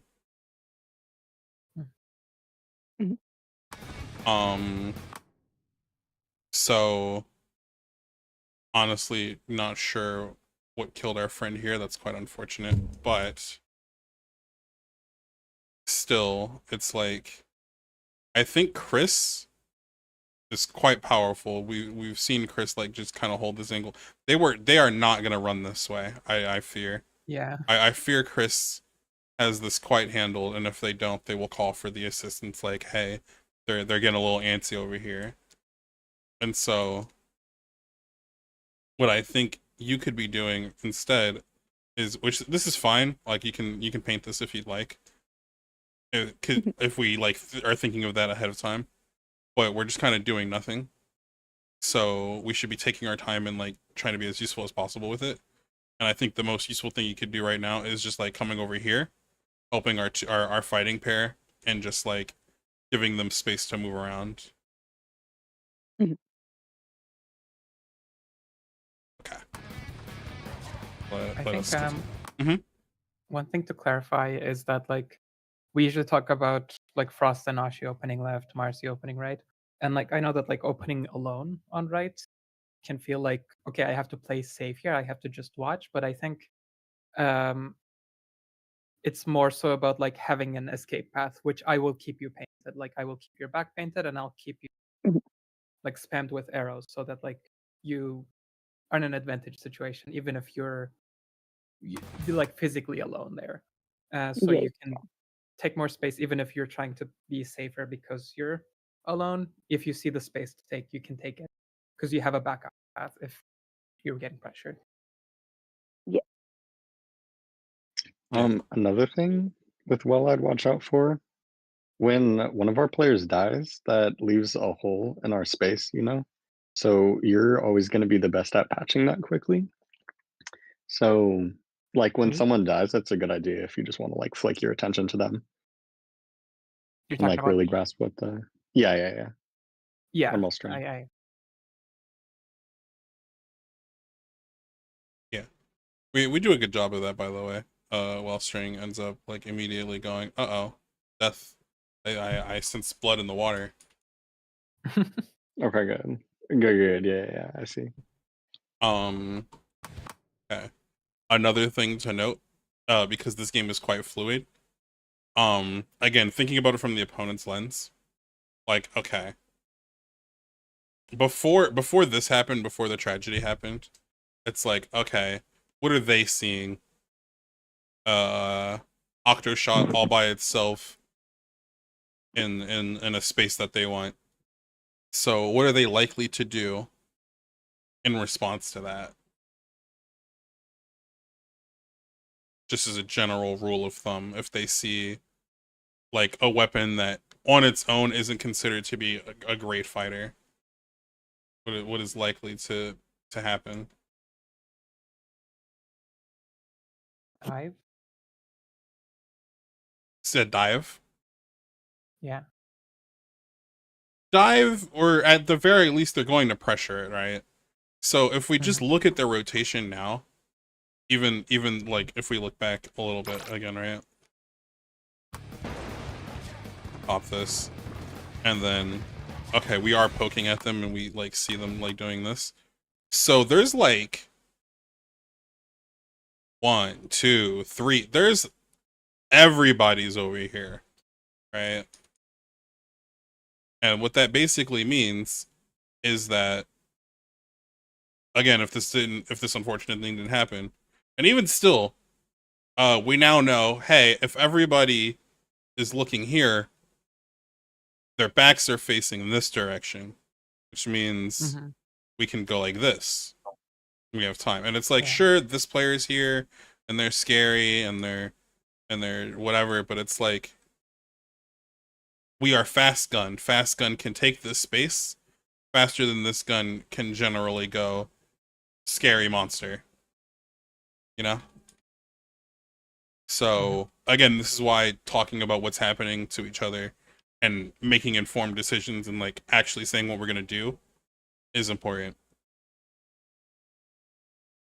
So like here's an example talking about like the callouts, right?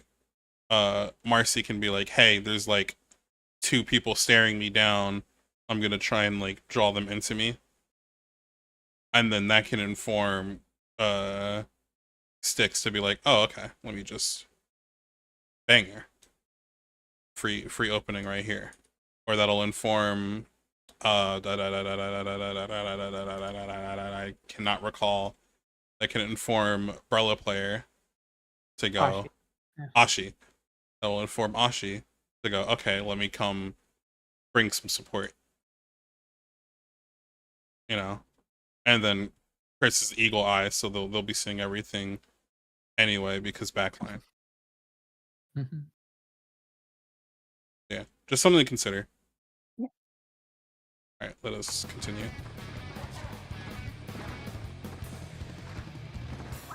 I was very much going back and forth here.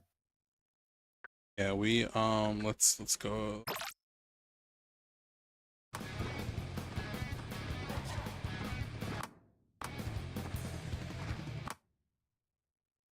So we're down numbers, but we aren't really like playing like we are. Like, well, some of us are, but we don't seem to all be on the same page. Like, for one, Frosty Sticks is just very far up here. And they're also in a 2v1. So it's like, yeah, this is very obviously not good. But we can also have known not to do this just based on the fact that, hey, my friend is dead. Let me chill out, you know? And we have options here. We can back up on our line, but I think a more interesting play here would be to kind of back up this way or this way and then force them to come into you. Because if we go like this and then this range blaster's like, I don't give a fuck, my gun is ignorant, and they just keep running at you. Well, now Chris gets free eats and goes, ooh, yummy, yummy range blaster. Nom nom nom nom nom nom nom. You know? So it's just another thing to keep in mind. Like, as the sword, I don't think they're here at this current moment, if I recall. But like as the sword, I'm gonna be trying to talk as if everybody is here. But as the sword, we want to just make sure, like, hey, how do I use the hate they have for me to my advantage, you know? How do I bring them here or here? And just like, because if they're going this way, they're not going this way, or doing this, or going like that. Yeah. So we end up dying, and now we're staggered a little bit. We have one come in. Our hammer can't quite find anything. Holding our space quite well.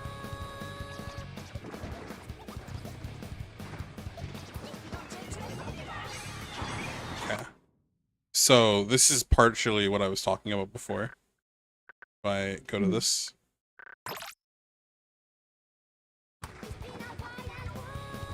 So we have strikes.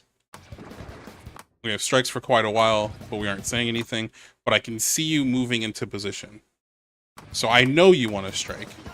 Like, I can just tell that just by watching the game.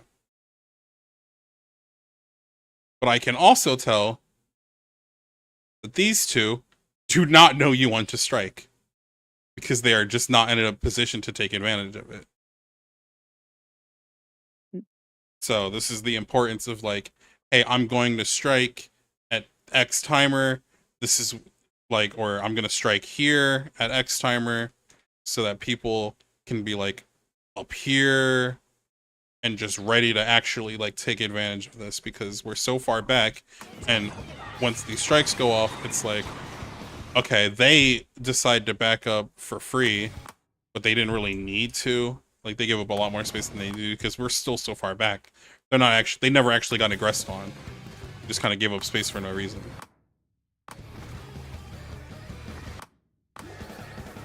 And it's like, okay, we go even here, but and they're respawning faster, but that's besides the point. We go even here, and I feel as though if we had just communicated where the strikes were coming out and when, then we could have gotten a much easier fight, especially on this bow, who is quite low. They probably would have almost assuredly died, but instead we kind of had a scrambly fight. And then Chris vanguarding here, just trying to stop the demons from approaching. Bonk. End up getting 2 here, quite nice.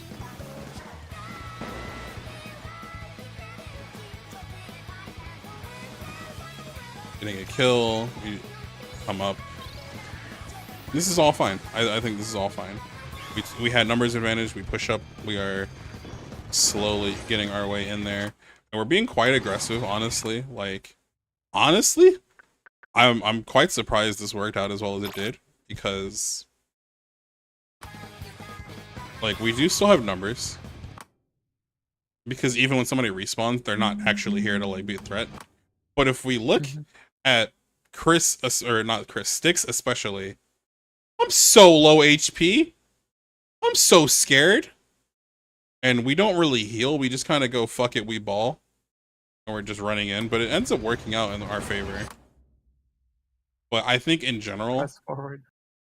I think in general, it's probably, this is also just kind of a 1v1 that I think if we were going to take this fight, it would have been best to have somebody with us. But that's what it comes down to.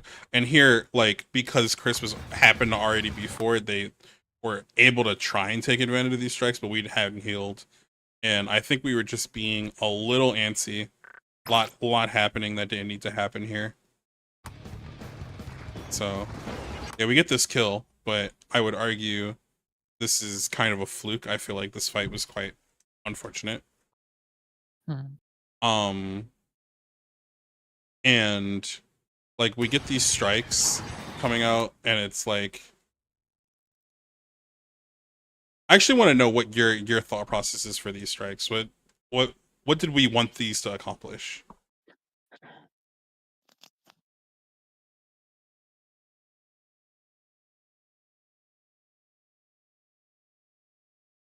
With strikes, I usually tend to like want to use them, I guess, as like a smokescreen for either like a smokescreen for my teammates to go in, or like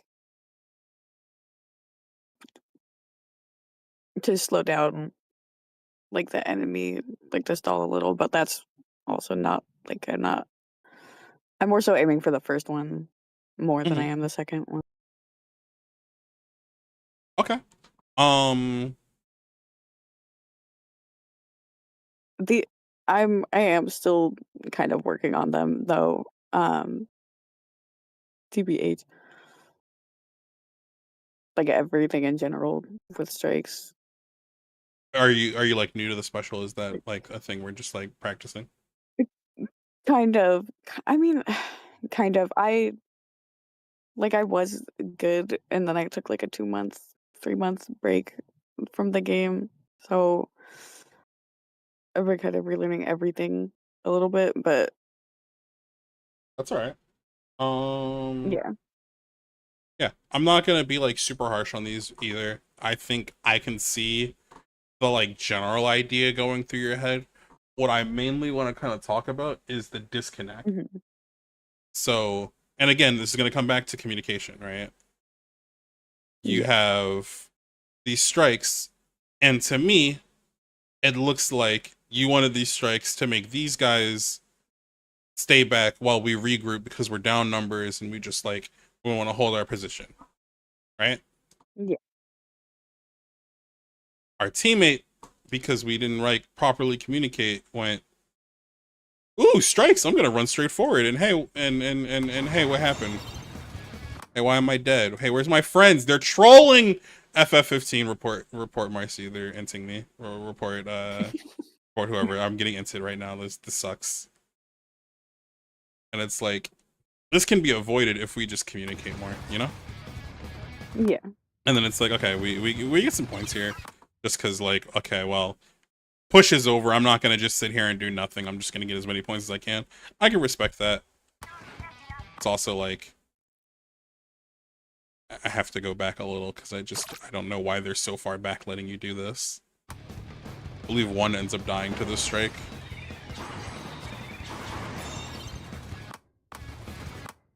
Oh no, they died to the funny gun, the bamboo gun. That gun does a lot more damage than people give it credit for. But yeah, we're able to get quite forward because of that. Then I jump in. We jump in, we're trying to hold our space. Chris doing a decent job of just like not going super far back and just like holding as well as we can. Very scary inkjet. And by very scary, I mean not threatening at all, because I definitely should have killed you guys, but it is what it is. Just in general, by the way, when we see ink, if we are looking at the top of the screen, by the way, we can start making informed decisions and move like preemptively, because it's like, this is too far back. I'll just let it play though.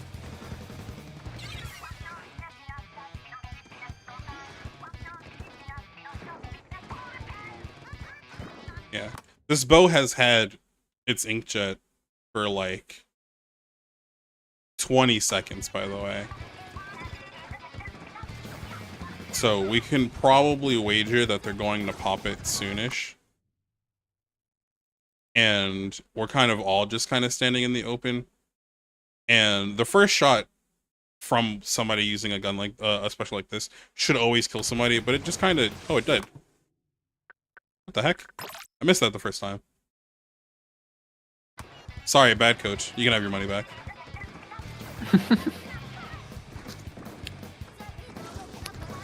Yeah, you want the generally the first shot is going to be for a kill, and then everybody should be scattering like opposite directions, finding cover, just making it as difficult as possible for this to for this to happen. And like we end up losing 2. We end up losing 3 for this, and I think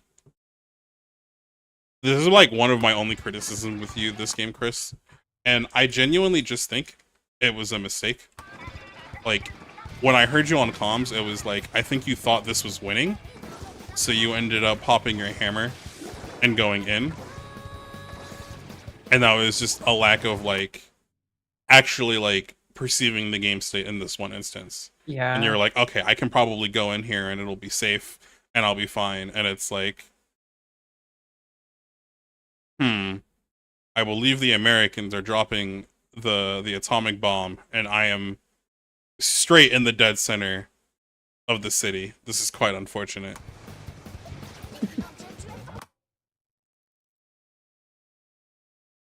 And it's like, okay, like, it looks bad, it happens, you know, we go next. It's not even like, we're not gonna make a whole thing out of that. It's fine. Usually their intent is obvious. So, yeah. I don't know. It's fine. It's just one mistake. Use a splashdown to try and kind of hold space. Pushing up.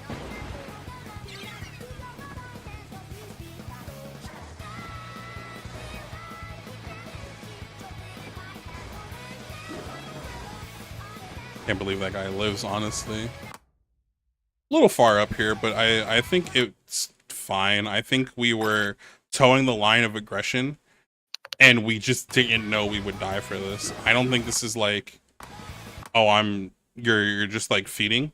I think you genuinely believed you were probably fine, and you got a little caught. They thought they shot a shot that cut off your escape, and then you're just kind of stuck here. Happens.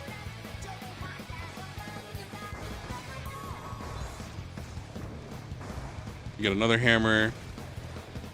So 1. We run in with our super splashdown cheater special. Get some damage. Their formation's quite broken. Okay, that time I think we're just too far up though.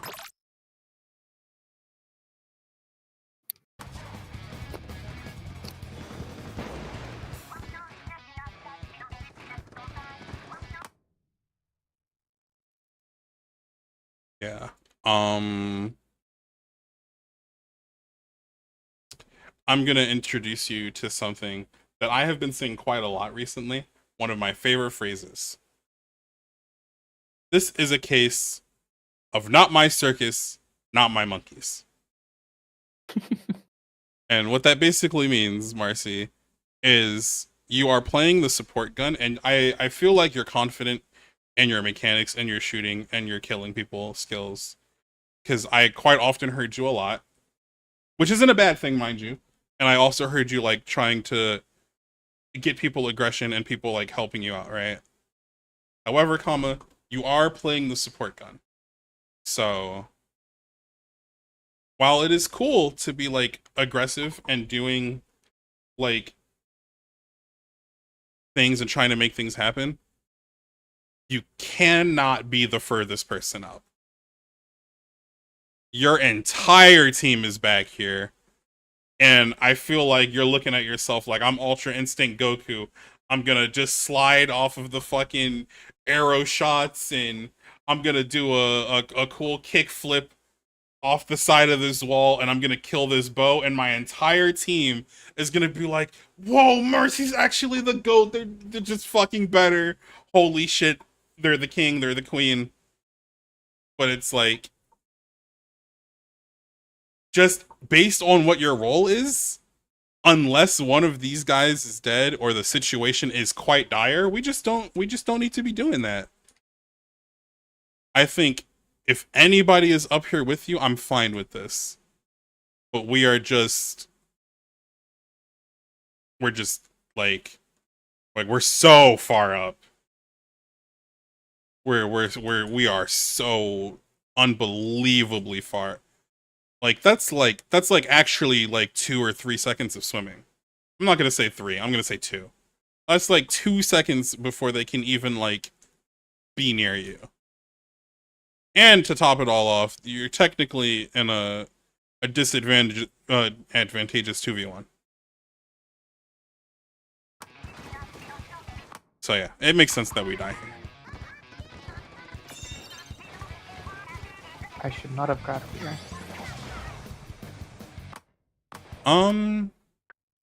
I think Wellstring is way more useful for this push.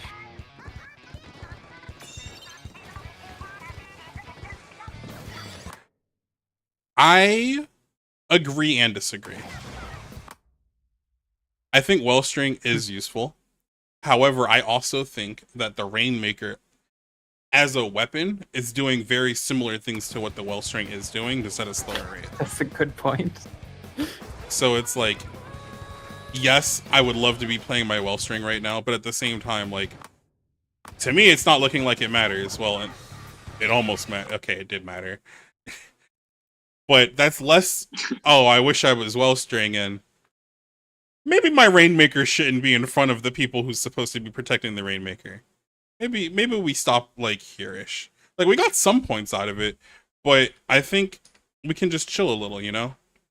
We can run out the clock. There's a whole 2 minutes left. They haven't even, like, actually moved the Rainmaker at all. Like, you have 60 seconds when you pick up the Rainmaker, unless you start doing some fucking bullshit and the game hates you. You got, like, 60 entire seconds to just, like, yeah, I'm chilling. But do my thing. Yeah, So I do really like playing Rainmaker, and like I'm usually good at playing patient with it when I know I should. I guess here I didn't know that I should. Yeah, it's like, okay, I was just rushing to get points, I think. Yeah, but we already have such a lead. There's no need to be killing ourselves for the lead, you know? Yeah. Yeah, something to consider.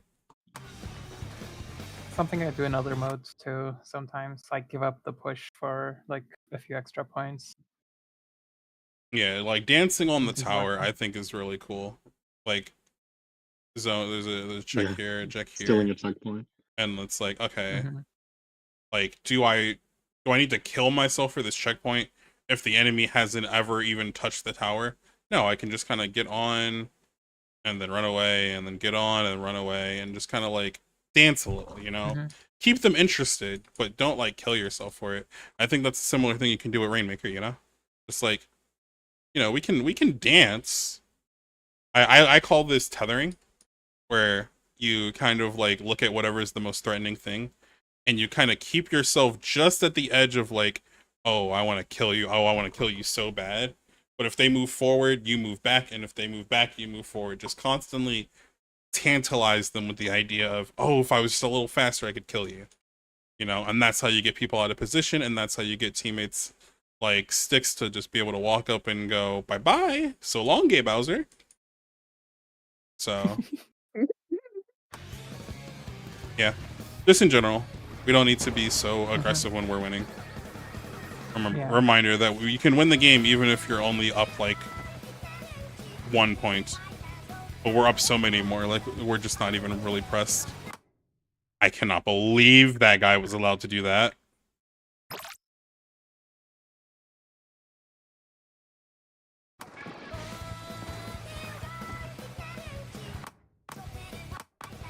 Range Blaster doing Range Blaster things. We don't really have a way of... yeah, that's just like whatever, bro. Like I'd be pissed. I get it.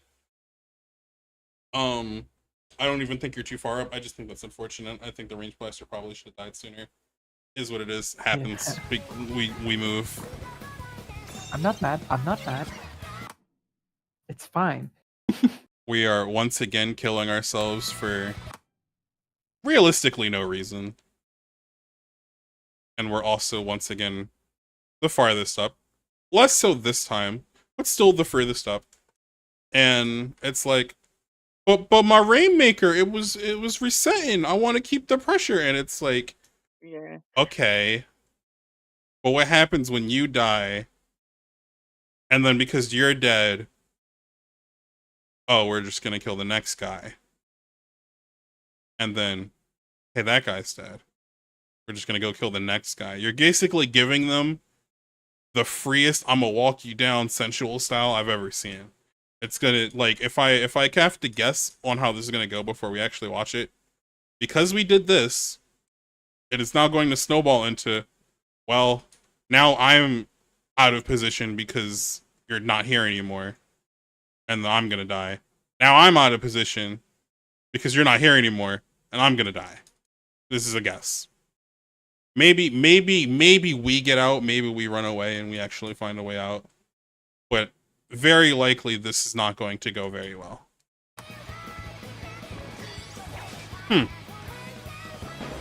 Interesting. Huh. Interesting. And I think these were avoidable deaths. Like, these weren't like the enemy team doing something particularly good.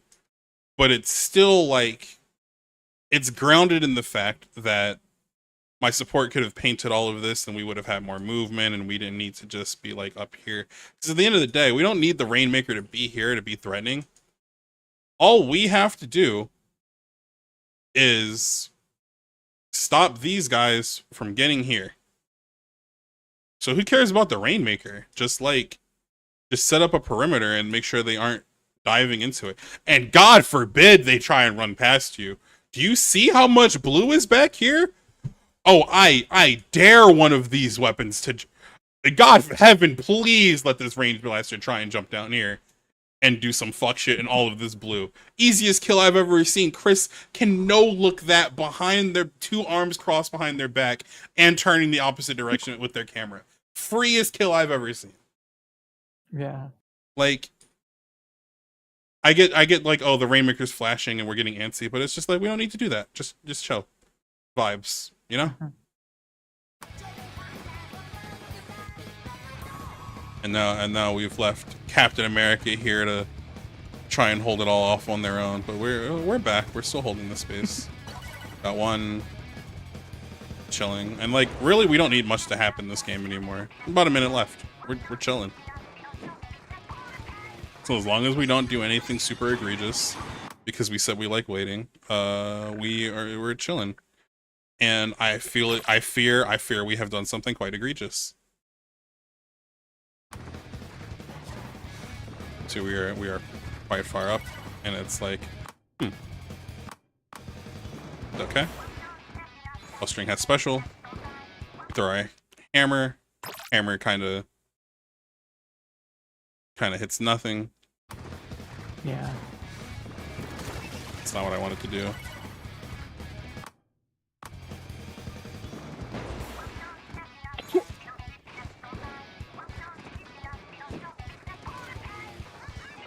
So, two things. There's a minute left. I feel like we aren't really playing with that in mind. I don't think we needed to strike, and I don't think we needed the hammer. So one of the other things about bartering for space and things of that nature is we can also consider this in reverse. Objectively, they are sweating. They are shivering in their boots. Holy shit, there's only a minute left. We need to make things happen. The Otis is on, and this is why viewing the game from the opponent's lens is important. The Otis is on these guys, these players, to make something happen. We are chilling, vibing. We are in our little patio. We are the rich. We are eating our fried lobster and scallops. Like, we're just chilling. We don't have to make anything happen. The points are on our side. The timer's on our side. And because of this, now we make these guys make a choice. How are you going to get in? And we can wait until they give you an answer before we start popping specials. If their answer is we're going to start throwing people at you, oh hey, now I have a hammer and it's free because they have to do something. It's so, like I said before when I was talking about how fights on your side of the map are just inherently more advantageous. If we're just waiting for people to come into us and we have the resources to deal with it, it's so much easier to kill somebody with a hammer when they're like already close to you or trying to get close to you. Because then they have to turn around and back up and try and change their momentum. And a lot of people don't substrafe anymore in this game, which means it's even easier to kill them than it should be. Hashtag, if you've learned nothing else from this, start substrafing more. Please, I beg of you. It's important. It's like the fastest way to change your momentum in the entire game. Pretty please. Yeah. That being said, yeah, okay, they want to come in. I have my hammer, and now they can't. Oh, they want to get this checkpoint. Oh, but then like the strikes from hell make the perimeter line. Like, yeah, this entire choke point, you're just not getting through it. Especially if we're what's the word I'm looking for? If we are layering our strikes in such a way where one drops, and then as that one's ending, another one drops, and then that one is ending, another one drops. It's like you can just area denial this entire section of the map, which they have to go through, mind you, because I dare you to tell me one of these players is going to go walk on the grates to try and get in. Yeah, I wonder how that's going to go with Chris on your team. That seems like a really good idea for them. That being said, we know they're likely almost forced to go this way, and we can just kind of waste like 20 seconds, and then it's like, hey, it's going to take them time to even get over here, mind you. So by the time we actually even need to like do this, it's probably what, 30 seconds in now? 30, 35, 25, give or take, by the time they've actually tried to force the issue. And then we still have our strikes, we're still alive, which is also important. We still have our life to throw away for the cause, dedicate our hearts and whatnot. And then we can stall the timer for like another 20 seconds. I'm sure you're aware of this concept, because if I said this, if this was tower control, I feel like you would have been playing safer, because it's just like, oh, GG strikes. This is like anyone who's ever played a strike weapon, that's like one of their favorite things to do, is I'm just going to back up and wait, and then they try and win, and then it's like, I'm just going to strike slowly until they can never touch the tower again, and then just auto win the game. Or GG Booyah, things of this nature, right? Yeah. So just something to consider. Remember the Otis, like, when we're at a disadvantage and we're on defense, sure, you know, try and make things happen, look for picks and whatnot. But like, we're winning so hard, just let them make mistakes. Let them run into nonsense and kill themselves. Like, there's no real reason to be so needy, I suppose is the word I'm looking for. Like, don't get me Yeah, like, we wrong. can Again, literally- we don't have to give up space for no reason. Force them to take every inch. But we don't need to be up here, like, forcing the issue. Just, like, stand here, and then when they come in, all right, I move back a little. All right, I move back a little. You know what I mean? Yeah. We can literally just stall to win. Yeah.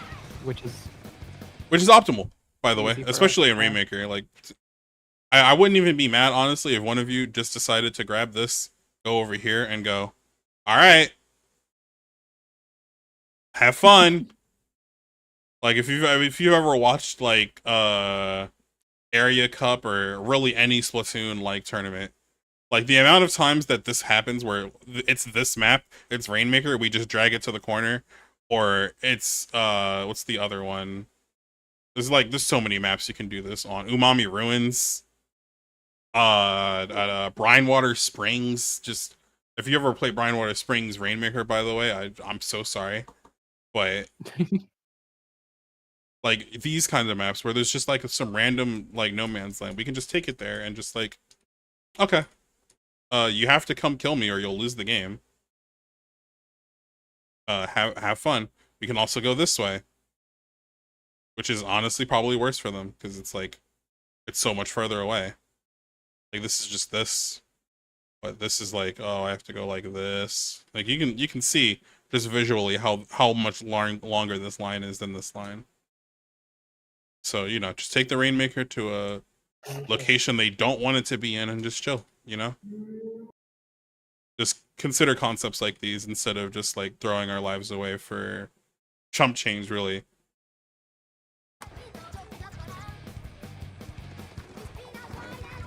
And even still, because, like, this is, like, a lower level team, and I think this is a pickup as well. They're not really coordinated. yeah. They're not really aggressing. They're not, like, taking advantage of the fact that they got a kill and that there's no specials up. They're chilling. So we could have just chilled with them. Just let the clock run out. Like, they have to do something. Like, vibes. Okay, they pop rain. I don't care. Okay, we're a little far up and we end up dying and to go down. But it's like, even still, they haven't even gotten the check yet. And they've also used everything. So just imagine, again, I'm gonna harp on this one more time. Just imagine how this would have been, by the way, if we still had our hammer and our strikes. Like, just, oh, it took them this long to get up here, and then Marcy's just like Hitler strike, Hitler strike, Hitler strike. Like, I'd be pissed. I'd be tilted if I was them. And that's ultimately what we want to do. If you're trying to view the game through the opponent's lens, what's like, how do we make these guys mad? And this is what I would do. Just, oh, you want to be here? Oh, you want that? You want the shiny? You can't have the shiny. Strikes. You can't have the shiny. Hammer time. Yeah, that's not a terrible hammer. I think I'm getting better at drawing. Yeah. We're all learning. Yeah. All right.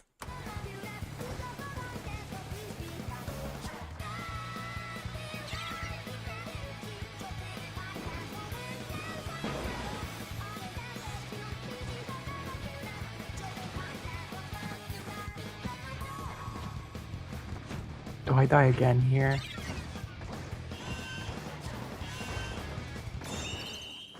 Yeah. No. And okay. we managed to just kind of hold this. Mhm. All right. Were there any questions about that game? I tried to be as thorough as possible. No. No, yeah. Okay. All right. Sounds good.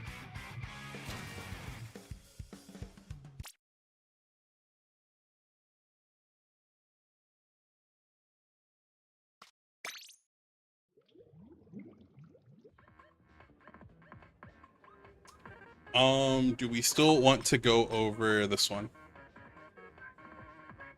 I think it was a shorter one. I'm pretty tired, but I would be down. I've given you Yeah, a yeah, lot, yeah. honestly. Like we can take a break. You can always just like if you ever want to go over stuff again, like I'm down. So Thanks. if we're like feeling a little fatigued, like we can be done. It is up to you guys. Yeah, actually, I wouldn't mind that. Okay. Yeah. Any closing questions, comments, concerns, praise, hate, anything of the nature? I am open to all feedback. Much praise. This was very helpful. Thank you. Thank Yeah. you. Can I reach out to you? Yeah. My DMs are open. Separate on another time. Beautiful. Hound, you should watch back the recording for the earlier coaching session. Yeah, I imagine I will. All right.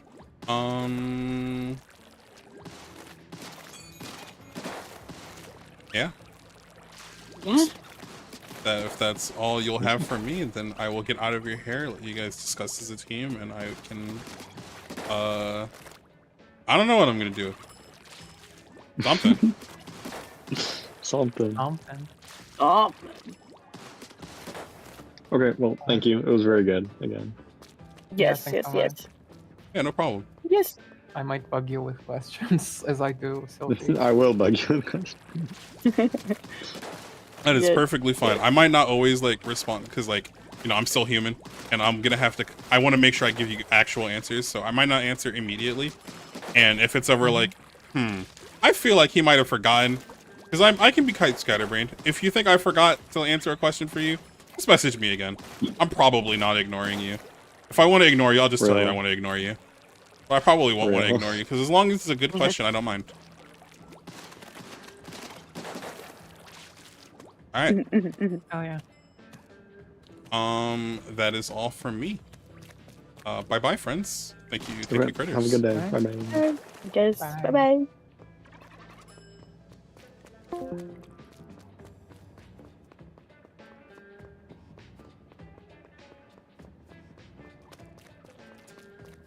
That was cool.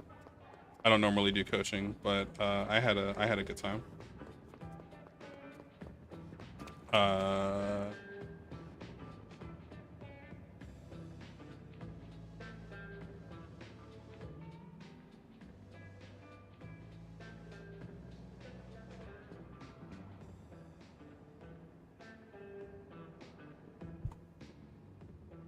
Also, hi Sushi. I'm gonna play Persona with you. I just might.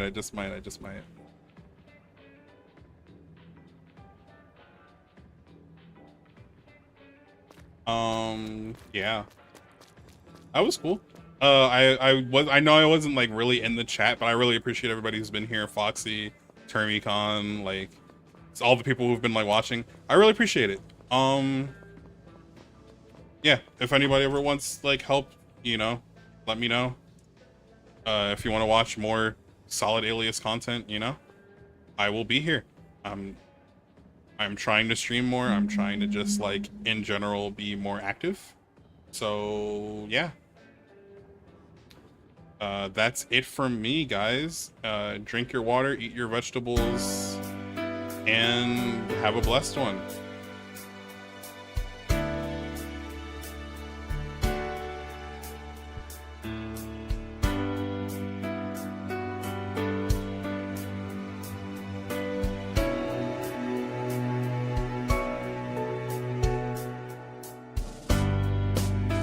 Yeah, streaming is fun. I like streaming.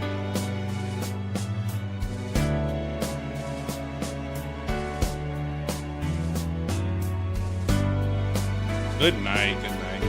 It's 7 o'clock. It is bedtime. Well, I'm not going to bed though.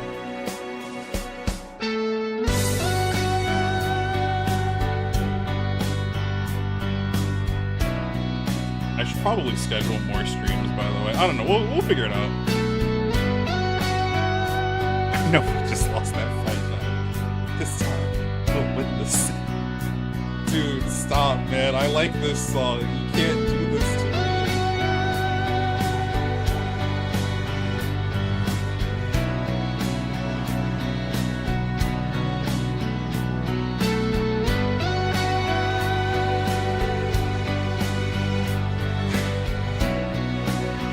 I know we can do this because we have the power of teamwork on our whatever, bro. Get out of my fucking stream.